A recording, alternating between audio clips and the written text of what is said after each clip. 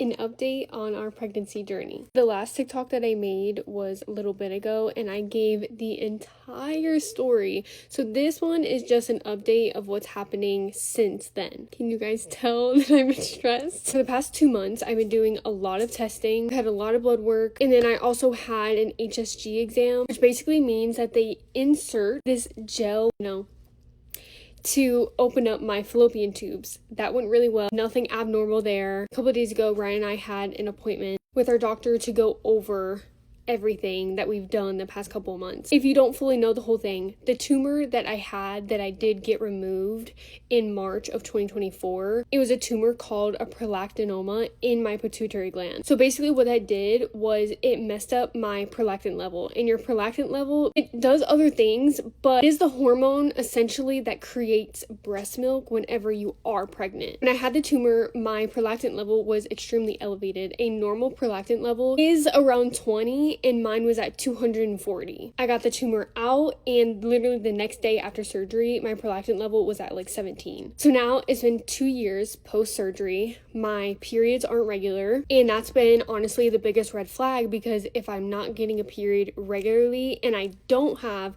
PCOS or endometriosis, then something still isn't right. So of course my doctor told me that everything looked good, the blood work looked good other than my prolactin level.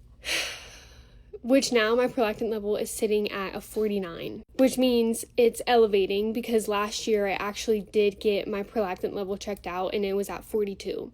So for it to be at 49, that means one of three things. It could be 1, just growing back.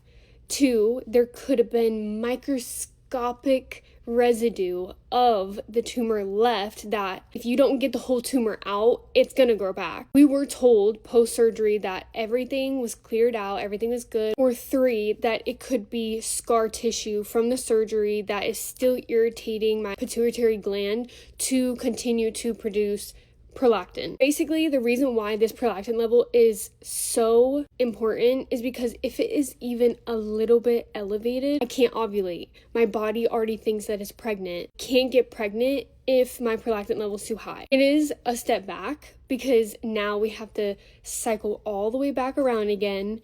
I have to get an updated MRI to see where that's at. Actually have to go back on cabergoline, which is the medication that I took when I had the tumor. They put you on this medication when you have the specific tumor to try and shrink it. My tumor at the time was too big. There was no way of actually shrinking it to nothing.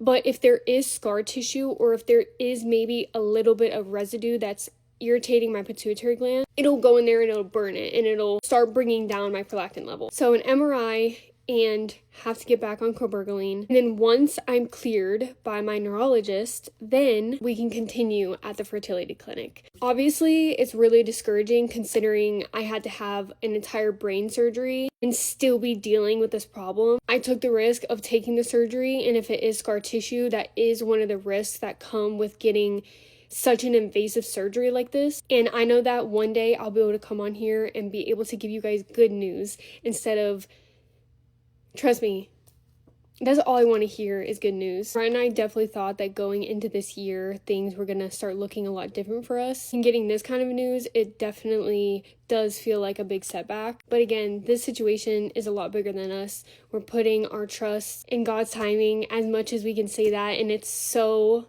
incredibly hard, especially as of recently. I think Ryan and I have really had a hard time with coming on here and making out like everything is really fine, when at times we're really struggling. We love what we do, and this is literally what keeps us going. And I really wish there was something that I could take some fertility tea or all these home remedies, but unfortunately, just with my circumstance, with having the tumor that I had, it's not that easy. I wish that it was. Unfortunately, it's just not going to happen that way. That's okay. This is our story. If you guys are going through something similar, I hope that by us sharing our story makes you feel less alone, because I know reading comments about you guys unfortunately going through similar situations, it makes us all feel less alone. Hopefully, there's no tumor regrowth. I can't even think about that, honestly. I'm hoping for scar tissue because that's best case scenario. But for now, that's the update. I love you guys so much. Thank you for all the support you guys give us.